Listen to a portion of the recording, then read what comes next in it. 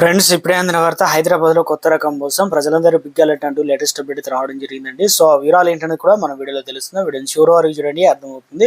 WhatsApp channel వస్తే తప్పకుండా subscribe చేసుకోండి. చూస్తున్నారు కానీ లైక్ చేయడం మర్చిపోతున్నా, వెంటనే లైక్ చేయండి.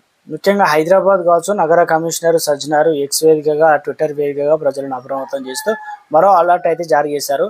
సో గూగుల్ వంటి సెర్చ్ ఇంజిన్ లో మనం ఏదైనా వెతికినప్పుడు కూడా మొదట కనిపించే వెబ్సైట్లు అన్ని కూడా నిజమైన కావని సైబర్ నిపుణులు అయితే హెచ్చరిస్తున్నారు.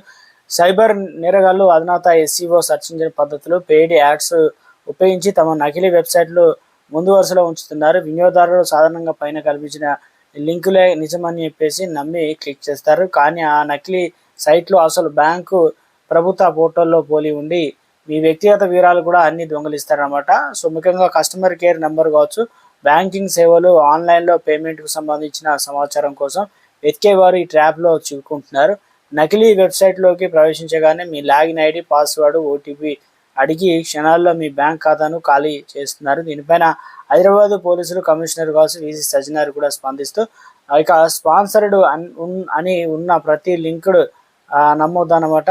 ఆ వెబ్సైట్ అడ్రస్, యూఆర్ఎల్ క్షుణ్ణంగా పరిశీలించాలని సూచించారు. అదేవిధంగా సైబర్ మోసాలకు గురైనప్పుడు ఏమాత్రం ఆలస్యం చేయకుండా వెంటనే 1930 టోల్ ఫ్రీ నెంబర్ కాల్ చేయాలన్నమాట.